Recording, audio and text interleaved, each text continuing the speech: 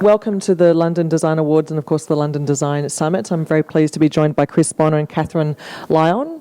G'day. G'day. So tell me, you're from Transport for London. Just to begin, Chris, what exactly is this project? So it's called the London Underground Design Idiom, and Idiom is simply a language. It's a new look and feel for our London Underground stations going forward to 2050 and beyond.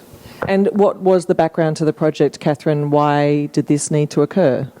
So we've had some kind of design principles in the business for quite a long time, but we wanted to have something that put all of that stuff into a single place and set it out really clearly so we could share it with all the different projects we have going on, from sort of really small, repainting a wall, patch repairing some tiles, to the really big, building a brand new station somewhere. And to have it all in one place so that we could share that around the business, make sure that we were following a consistent approach for everything that we actually did on our stations that customers see and experience when they're travelling around. So no matter where you are in London, you feel like you're in a place that is branded, that it is comfortable and familiar. That's the idea? Yeah, it's about kind of celebrating what's individual and unique about all of our stations, but actually making sure that our stations feel part of a consistent network as you're travelling. Okay, so can you go through some of the elements that make up the design principles? Yeah, sure. So there are 9 core principles. Well, if you think about the idiom, it's both a philosophy of good design, but it's also a practical guide. So it's meant for our station staff, it's meant for architects, borough leaders, project managers, sponsors. So it's a kind of a book of two halves, in a sense, because it's kind of inspirational, but as I say, it's also practical. And each principle has a chapter in the actual document. And it ranges from achieving balance across the network. So if you think about our stations, they're quite small and constrained very often, and you've got to have operational requirements. We want like pieces of art in there, we want advertising, great retail, and getting that balance from Euston Square all the way to Canary Wharf is quite difficult, yeah? So that's kind of like a core principle, going all the way through to delighting and surprising. So like I said, getting that fantastic piece of art in there, all the way through to making sure our stations are flexible for future requirements. Okay, so why then does good design not only benefit Transport for London, but also for the commuters? Why does it help make you feel motivated, happier, more happy to catch a train, which can be pretty difficult when it's really busy and crowded? So the research that we did told us that actually the built environment, so that's kind of what people see in the station when they're travelling through it, is probably one of the most important things that shapes how customers perceive their journeys. It's not just about the station looking nice, it actually helps. If the station looks clean, it looks well ordered, it looks cared for, that actually helps people to feel safe on their journey, it helps them to feel reassured. It actually even helps them to feel that their journey is shorter than it might be, that the perceived journey time comes down. And that's kind of that basic level. Really? It makes you feel like you're catching a train for less? It actually makes you feel like your journey was shorter.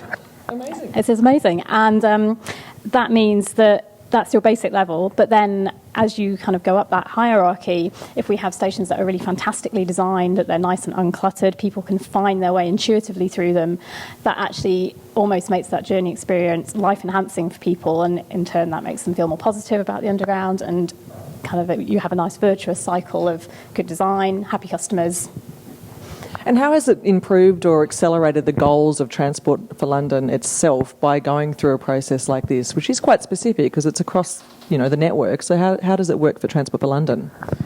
I'd probably say there's a big chapter in the book that actually talks about what we call looking beyond the Boswick gates, which are the gates that we close down at night, and kind of saying, actually, you need to recognise that your station exists within its wider community.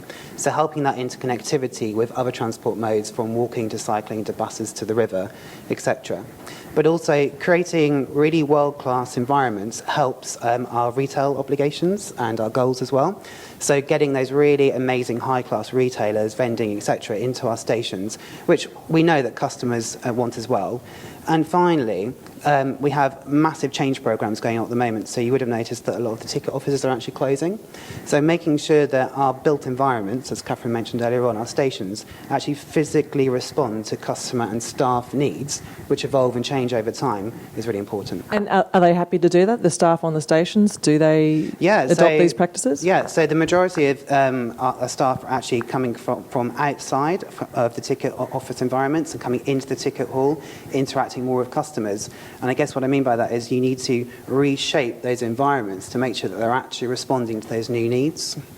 And the end result, of course, is that you talked about this before, that people are happier. So is that the measure of success for you, Catherine? What do you think? I think some of it is about customers being happier with their environment, but it's also about us kind of as an objective thing looking at how those principles are being achieved and us moving towards a situation where actually every station that you go to is well laid out and it's uncluttered and it's clean and it's cared for, which is clearly a massive, massive undertaking, and we're not going to get there overnight. But, if we can start to see that incremental change and we can start to see the principles being applied and to get that understanding across our business of what the principles are and how they work in practice, and that's kind of a measure of success for us. Then you'll be happy. Well, there'll be something else, but I'll be happier. So when does it roll out? Can I just add something to the previous one? That good design is kind of known to us in the room, and I'm not saying it's not known to London Underground, but it's a large engineering-focused organisation, and actually embedding basic principles of really, really good design, that for me would be a huge measure of success.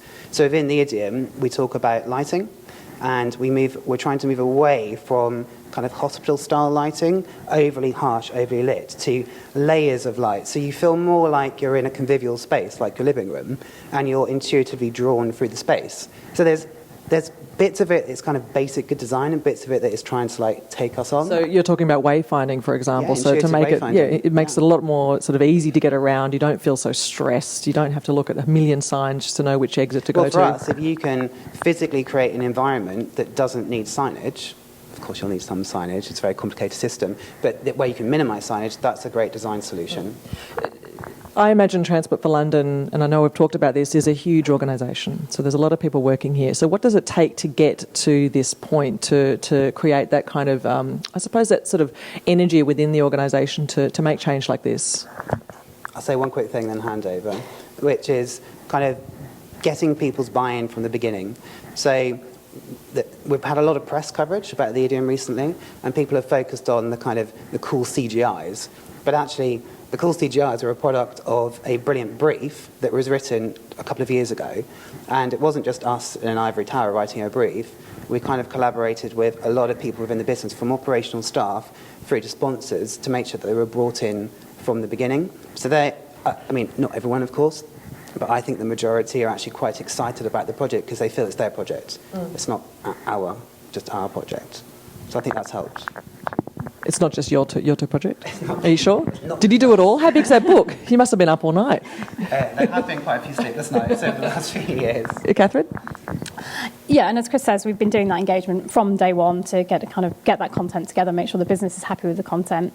And now that we've actually got the book and it's finished and we're rolling it out, it's going to be about that ongoing engagement. So speaking to the people who are delivering all of our projects actually on the ground and making sure that they know what's in the Idiom, making sure that they understand those principles, making sure that they can actually relate to them and apply them to the piece of work they're doing, whether that's something that's really small scale or whether it's something that's going to affect a huge part of a station and completely change the way that it looks and how it operates.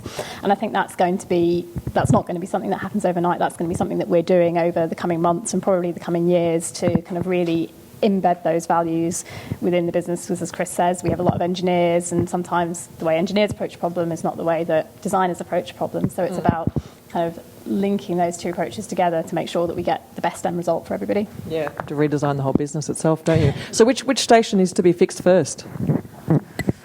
Well, it's a good question, actually. The big program for us at the moment is something called the Integrated Stations Program, which is about sort of refurbishing stations, and we're working on quite a lot of stations at the moment to apply those Idiom principles. So I think they're probably the first stations where we'll see significant change, but we're also looking at some of the new stations we're building and what elements we can bring into that as well. So, okay, so you're not going to mention one station, are you?